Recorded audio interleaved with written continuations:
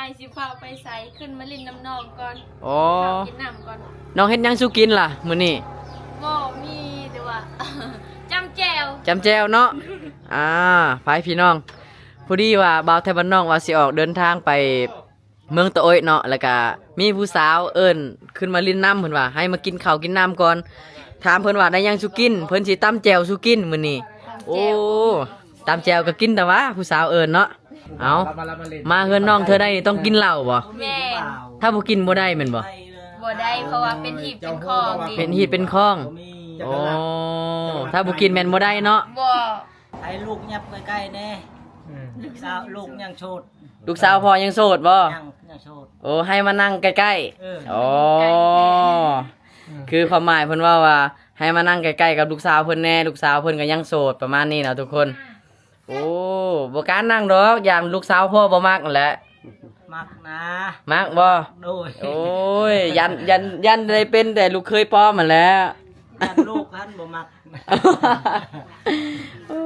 เนาะดีขนาดเลยสบายดีสวัสดีพ่อแม่พี่น้องบุสุภูสุพนเนาะตอนนี้บ่าวไทยบ้านนอกกะสิได้ออกเดินทางไกลเนาะออกไปถ่ายคลิปแถวเมืองนอกพี่น้องโดนแล้วพี่น้องเอ้ยที่ว่าบ่าวไทยบ้านนอกเนาะที่ว่าบ่ได้ไปออกคลิปเนาะโดนคักพี่น้องเนาะหลายเดือนเนาะและตอนนี้บ่าวไทยบ้านนอกกะได้ลาสาวตีเนาะสิไปออกคลิปไกลเนาะตอนนี้สาวตีออกไปสวนบรรทนแล้วออกแต่เช้าพี่น้องเนาะตอนนี้บ่าวไทยบ้านนอกกำลังเดินทางเนาะไปหาทีมงานไปหาถ่ายคลิปนี่แหละนะไปกับมอไซค์รถจักรนี่แหละทุกคนเอาเดี๋ยวเจอกันเนาะอยู่ในเขตชนบทและกาสีไทยวิถีชีวิตชนเผ่าให้พี่น้องเบิ่งเนาะโดนแล้วที่ว่าบ่ได้ถ่ายคลิปลง2 YouTube เนาะเอาพี่น้องเดี๋ยวเจอกันอยู่ที่เมืองนองเนาะบรรยากาศยามเช้าเด้อพี่น้องเนาะอยู่ที่สะพานคัวอูเนาะนี่คลองโฮจิมินห์ตั้งแต่สมัยสงครามอันนี้คือบรรยากาศยามเช้าพี่น้องโอ้มื้อนี้หมอกตกพี่น้องเอ้ยเนาะจนแนมจนบ่เห็นภูเห็นพาเลยเนาะมื้อนี้อยู่และก็อยู่ทางนี้อยู่แมนเป็นหมู่บ้านดงใหญ่เนาะทุกคนไปทุกคนเดี๋ยวเฮาเดินทางนำกันเนาะมื้อนี้เนาะนำทีมงานไปเนาะมื้อนี้อากาศหนาวแน่จังหน่อยเนาะเพราะว่าทีมงานของบ่าวไทยบ้านนอกแม่นไปก่อนแล้วเนาะนั่นก็คือบ่าวพรกับบ่าวน้อมเนาะก็บ่ได้พ้อกันดนมื้อนี้สิไปหาบ่าวผู้ไทยบ้านนาสแนลแล้วก็บ่าวไก่คนทำมาหากินเนาะเพิ่นสิพาไปทายผู้แสผู้สาวนี่ล่ะพี่น้องเนาะมื้อนี้ก็ขอบเมียมาขอบสาวตีมาเนาะไปทุกคนเดี๋ยวเฮาไปเบิ่งรับชมนำกันเนาะ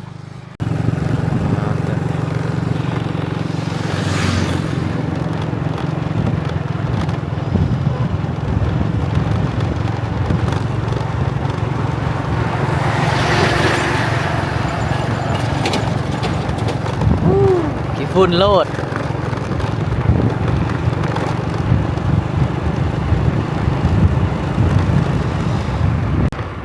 แดดกำลังเริ่มออกแล้วทุกคน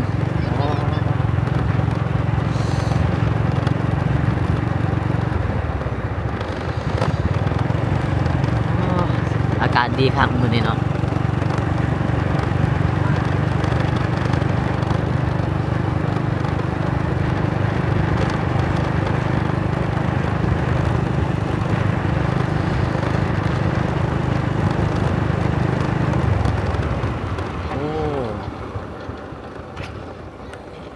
พี่ดีเจองานดองทางเลยทุกคนโอ้นี่เขาจัดงานดองเขาจัดงานดองมื้อนี้เนาะเงินหลังนี้ทางเลยทุกคนเดียวแวะถ่ายเก็บบรรยากาศจังหน่อยเลยทุกคน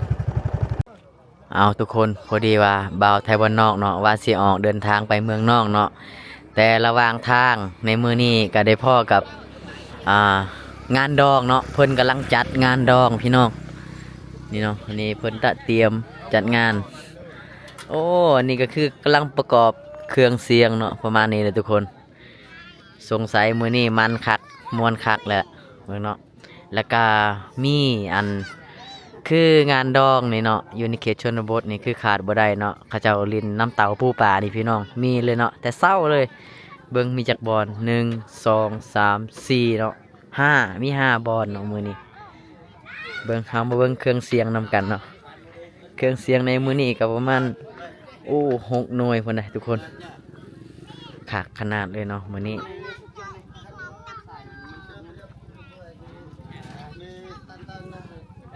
นี่มองนี่แล้วก็เป็นมองที่เพิ่น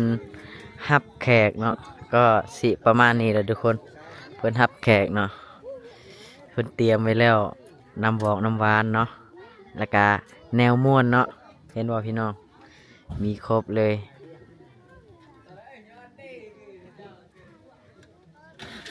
เด็กน้อยลิ้นน้ำเตาปูปลาเนาะพี่น้องแต่เศร้าเลยเนาะนี่มื้อนี้มีงานดองเนาะอยู่บ้านเพิ่นเนาะติดกับโอนทางเลยพี่น้องนี่เนาะเป็นหนทางไปเมืองนองเนาะแล้วก็ติดแคมทางเลยนี่เพิ่นกำลังลิ้นน้ำเตาปูปลาเนาะเตรียมจัดงานดองเพิ่นเล่นงานดองมื้อนี้และก็ที่เด็ดมีเครื่องเสียงพี่น้องมื้อนี้ม่วนคักแล้วพี่น้องคักหลายเนาะสุดยอดเลยทุกคน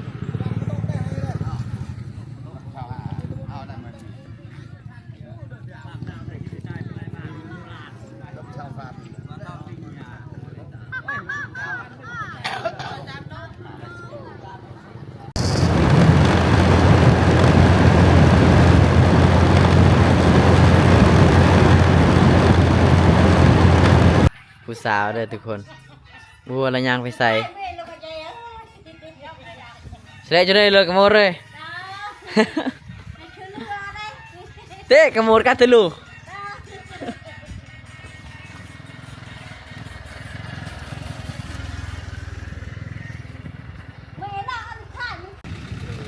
พี่น้องตอนนี้ก็มาฮอดที่เมืองน้องเลยเนาะก็ได้พ่อยูทูบเบอร์ชื่อดังเนาะโอ้ยสบายดีเด้อพี่น้องบ่าวไก่คนทำมาหากินเนาะแมนแล้วก็สบายดีเด้อบ่าวผู้ไทยบ้านนาชาแนลโอ้ไว้ได้พอกันโดนเนาะไปนำกันตลอดเนาะไปนำกันตลอดเชิญครั้งแรกเนาะที่ได้ออกคลิปนำกันมื้อนี้เนาะหักเห็นกันอยู่หลายเทื่ออยู่แต่ว่าบ่ได้ถ่ายคลิปแต่ว่ากับอาจารย์บุตรแม่นไปตลอดอยู่พี่น้องแต่ว่าก็โดนแล้วบ่ได้ไปนำกันเนาะวันนี้สิได้ไปพ่อกันแล้วไปพ่อไปหายอมสาวเพชรสุรบดเงินนี่น้องบ่มาเอาหน่อยบ่พี่น้องตอนนี้กำลังเพิ่นนัดผู้สาวเนาะว่าสิไปหาผู้สาวโอ้นะอยู่ปั่นน้ำมันนี่ไอ้ว่าสิออกไปน้องคิดน้องมาเอาน้ำอ้ายได้บ่อยู่ปั่นน้ำมันเพชรน้ำเงินเด้อ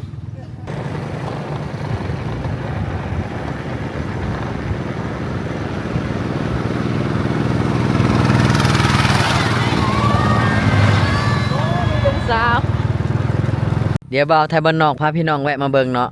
อันนี้ก็คือที่เพิ่นเฮ็ดเสาเล่าเขาเนี่ยเนาะคือลูกระเบิดเด้อพี่น้องอันนี้เป็นระเบิดใหญ่เนาะโอ้จากเป็นอันตรายกลายเป็นประโยชน์เนาะบัดนี้เนาะโอ้เบิ่งเนาะถ้าระเบิดใหญ่น้อยซำใดให้ทุกคนมาเบิ่งเสาเนาะใหญ่ขนาดนี้บ่นี่เป็นระเบิดหมดเลยเนาะพี่น้อง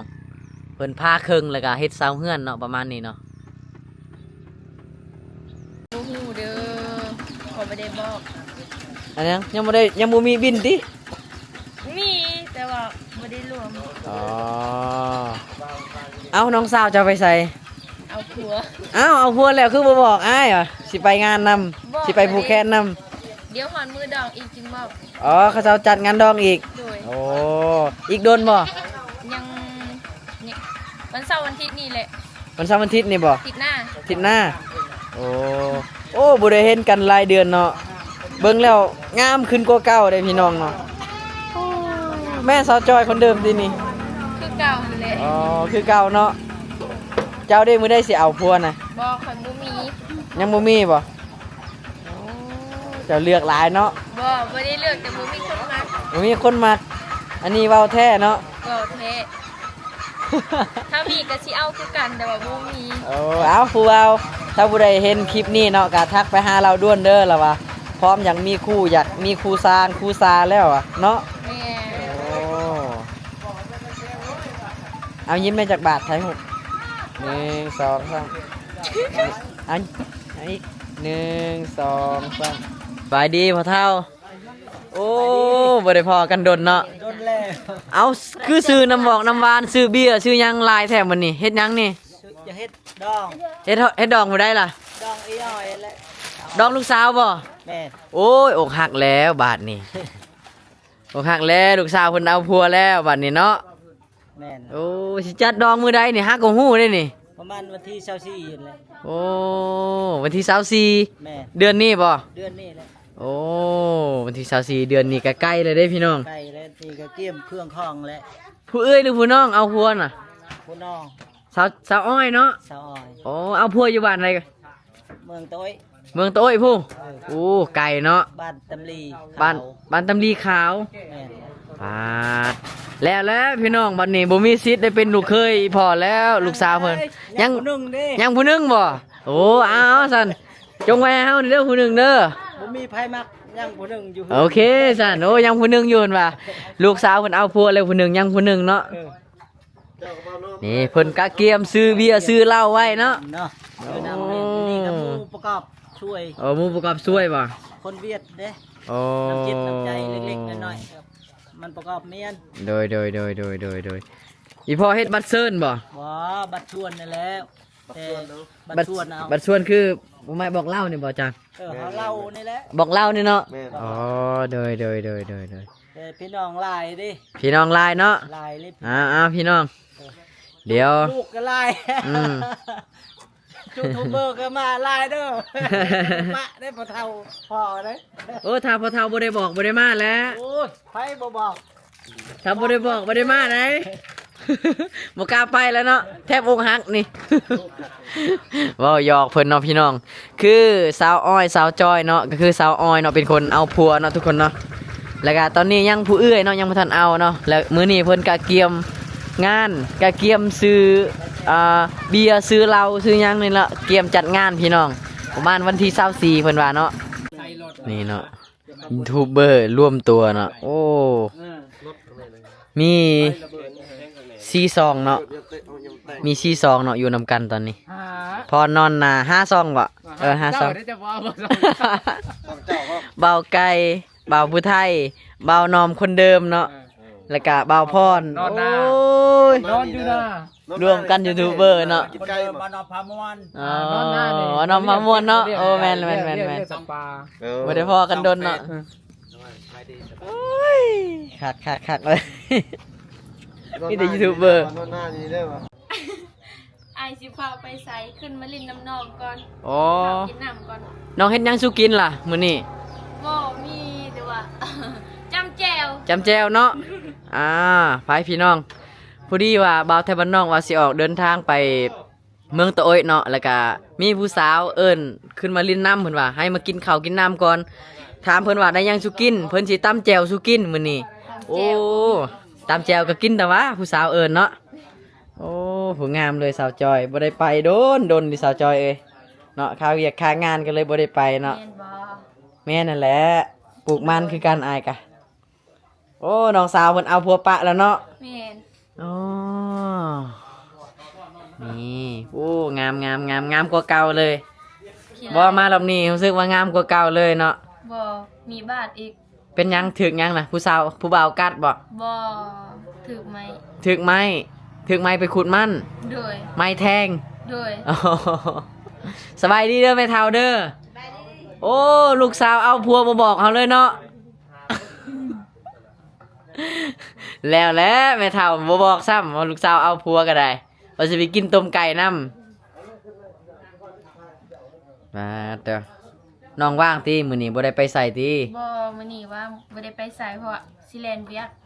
กะเกมเวียงน้องสาวเจ้า โดย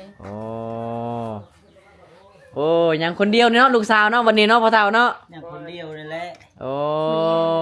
ยยังผู้เดียวเนาะผู้หนึงเอาผัวแล้วเพิ่นว่าสิมอบให้ผู้ใดล่ะลูกสาวผู้นี้ยกให้ไผบัดนี้ จักแหละให้ลูกนั่นแหละ อ๋อ ผมไม่ผมมักจะมอบให้ลูกนั่นแหละ โอ้ พูดไท แม่ ย นบ่ ให้หาผู้บ่าวให้ นี่เด้อลูกสาวเพิ่นยังคนเดียวนี่ล่ะคนหนึงเอาผัวแล้วว่าแต่น้องจ้อยน่ะน้องอ้อยน่ะเขาดองลายวันใดเขาให้น่ะ อะดองกันชาวล้าน เขาดอง20ล้าน งัวสองตู้ งัว2โตว แม่น โอ้เขาดอง20ล้านงัว2โตวเนาะพี่น้องเพิ่นให้แล้วบ่หรือว่ายังติดหนี้หรือว่ายังจังใด ชุดก้อนนั้น10 ล้านงัวสองตู้มาแล้วชุดทิพย์ดองหน่อย10 ล้าน เอ ชุด อ นี้ก็ยัง10 ล้านก็ทอกแล้วอยากเฮ็ดดองใหญ่เลยเด้ ถือว่าหมดเนาะ หมด อ๋อ เงิน20ล้านกีบงัว2โต แม่นเลย ก็ถือว่าบ่ได้แพงเด้อเนาะ บ่แพง บ่แพงเนาะ นี่ก็ชื่อเราปลาเป็นก็พ่อจะ โอ้ เอาเงินพ่ออีกเงิน10ล้านนั่นตู้ขายดอกลูกบ่พ่อครับ โอ้บ่พอสำเนาะ เออ ซื้อเหล้ายาปลาแป้งนี่ก็เป็นเงินจากขาดองนั่นแหละเนาะ เงินขายดอกแหละ โอ้ เงินพ่อเนี่ยเงิน10ล้านบ่พ่อน่ะ แสดงว่าเงินขาดองน่ะบ่ได้เก็บเลยแม่นบ่ แม่นเลย หมดเนาะ หมดเลย เปรียบใส่ว่าซ้ำว่าเงินน้องแต่งน้องเนาะ แม่ โอ้เบิดแล้วเอา ได้พ่อได้เอาออกเงินพ่ออีก แม่นถูกต้อง ประมาณ10ปลายล้านกับงัวตัวหนึง แม่นความพ่อเว้าแล้วบัดนี้ถูกต้องแล้วเอาเงิน10ล้านกีบซื้อเหล้าซื้อเบียร์ซื้อหมูซื้อไก่เนาะ แม่น บ่แม่นได้เช่าตู้ลำวงอีกบ่บัดนี้ เช่าตู้อีกดิเต้นอีก เช่าตู้เช่าเต้นอีก แม่ การเงินอยู่ใน10ล้านหั่น เงิน10ล้าน โอ้ยสิเหลือสิได้เก็บบ่บัดนี้ จะได้แล้วฮีดของนี่ก็บ่ได้ข้าวอยากกินก็บ่มีเลยหมด โอ้ยแต่ขอให้ลูกน่ะได้สร้างครอบครัวแล้วก็อยู่นำกันไปดนๆกับพ่อเนาะ แม่น ขอให้เขาเจ้าอย่าปะอย่าทิมกันเนาะ แม่น โอ้ประมาณนั้นเลยทุกคน โอ้แบบนี้เนาะคือพ่อเพิ่นว่าไผมักลูกสาวกะขอให้ฮักลูกสาวแท้ๆอย่าปะอย่าทิมกันนะประมาณนี้พี่น้องเนาะถ้าเงินขาดองบ่พอหรือว่าบ่มีเงินขาดองเดี๋ยวเพิ่นสิแต่งให้เองเพิ่นว่า ซ้ำแต่งให้เองเลยเงิน10ล้านกีบเนาะ แต่งเอง แต่งเองล่ะ ชุดนี้ก็ใส่บวกยอดลูก10ล้านเลย สงสัยเพิ่นสิมานแหล้วบ่เพิ่นได้ปล่อยนะคือรอง บลัง รอง เวลาขึ้นเฮือนขึ้นศาลของเพิ่นนี่คือเหล้านี่คือขาดบ่ได้เนาะจันเนาะมันเป็นฮิตของประเพณีเนาะ ของผู้ได้บ่กินก็เขาเอิ้นมาพายหรือว่ายินให้เจ้าที่เจ้าทางไปทำเลย ฮะ เอาก่อนนะ ได้จะ เอา เอา รถ ก่อ เชีย น น้ำหลัง เพราะว่าในอันจะติดเนี่ยจะได้ว่าผู้บ่าวเนี่ยไล่คุบเนาะ บ่ เลย ไป ล้ม กด ล้ม มั ล้ น ม แล้ว ต่อ ถึก ไม้ ไหมบ่ไปกดมันแล้วถึกมันนี่ก็ ย่านว่าขุดหนากัน สมองจะ อืม เอา มาเล่น มาเฮือนน้องเธอได้นี่ต้องกินเหล้าบ่ แม่ ถ้าบ่กินบ่ได้แม่นบ่ บ่ได้เพราะว่าเป็นหีบเป็นของดิ เป็นฮีตเป็นข้อง มี โอ้ถ้าบ่กินแม่นบ่ได้เนาะ บ่ คือพี่น้องเฮามาหมู่บ้านของชนเผ่าบรูโตยนี่เนาะต้องกินเหล้าเนาะเพิ่นต้องยินเหล้าให้กิน ถ้าบ่กินเหล้านี่ถือว่า เป็นยังไง บ่ฮักบ่แพง บ่ฮักบ่แพงเนาะ แม่นเพิ่นตอน เขียดสร้างเนาะถ้ากินนี่ถือว่า ชุดยอด ชุดยอดแล้วก็ แพง ฮักแพงกัน มาตลอดเลย มันลายหมดแล้วเขาเปลี่ยนเป็น ต้องได้กินเลยพี่น้อง โอ้ มาเฮือนสาวพระบรูโตยเนาะต้องได้กินเหล้าถ้าบ่กินบ่ได้เนาะเพราะว่ามันเป็นฮีตของประเพณีของเขาเจ้า คือการมาแล้วเรางามได้ทุกคนเลยเรางามขึ้นครับว่าเรางามขึ้นเรางาม ยันว่างามลง สงสัยราชิมานนะนักบ่งคอยว่าสงสัยสิได้ข่าวดีแล้ว บ่น้อมเด้อละ เช่นมาเอา วัน เงิ ละ น จีบแคสเซโนเนี่ยอยากได้ลูกสาวพ่อที่พ่อกระจายเอาบ่รู้ว่าจะเอาแต่คนชนเผ่าเดียว คนหลายๆพี่น้อง ต่อแห้งมาก เบอร์มา รู้ว่าจะเอาแต่เค้กปันรู้ว่าจะเอาแต่คนนี้ เฮ็ดได้ใจลูก ไอ้เอ้ย ใจลูกเนาะพัดบ่ได้แม่นแล้ว ให้เอาพลังงานเอาคน เอาไม่จ้ะ คนลาวใจพอ แล้วได้แล้วข่อย พ่อกัน บ่ลืมเอา ลูกอีก บ่น้อมเอา สบายเด็กๆ บ่ได้ เนี่ยนั้น พายก็ได้ยินให้เจ้าที่เจ้าทาง พายเอา เอาเนาะพี่น้องตอนนี้ผู้สาวยินเหล้าให้ เข้านะ ยูทูบเบอร์เนาะโอ้ ลายบ่เลยหน่อยนี่บ่ล่ะ น้อยเดียว นี่งามเนาะทำนี่เนาะ พอดีแซ่บ เพิ่นตอดเพิ่นฮับ โอ้ บ่มีแนวกิน คำว่าผู้สาวยินบ่มีคำว่าคมเนาะ ผมไม่แต่หอนทองเลยหนึ่ง เออ กินได้อยู่ตลอด บัดที่ข่อยยินน่ะนะบ่อยากกินโอ้ยตาย ให้ลูกยับใกล้ๆแน่สาวลูกยังโชด ลูกสาวพ่อยังโสดบ่ ยังโชด โอ้ให้มานั่งใกล้ เออ ๆโอ้คือความหมายเพิ่นว่าให้มานั่งใกล้ๆกับลูกสาวเพิ่นแน่ลูกสาวเพิ่นก็ยังโสดประมาณนี้นะทุกคน โอ้บ่กล้ารนั่งดอกอย่างลูกสาวพ่อบ่มักนั่นแหละ มักนะ มักบ่ โดย โอ้ยยันได้เป็นแต่ลูกเคยป้อมมันแหล้ว ยันลูกท่านบ่มัก โอ้เนาะดีขนาดเลย เพิ่นให้มานั่งใกล้ๆกับลูกสาวเพิ่นเนาะ ไ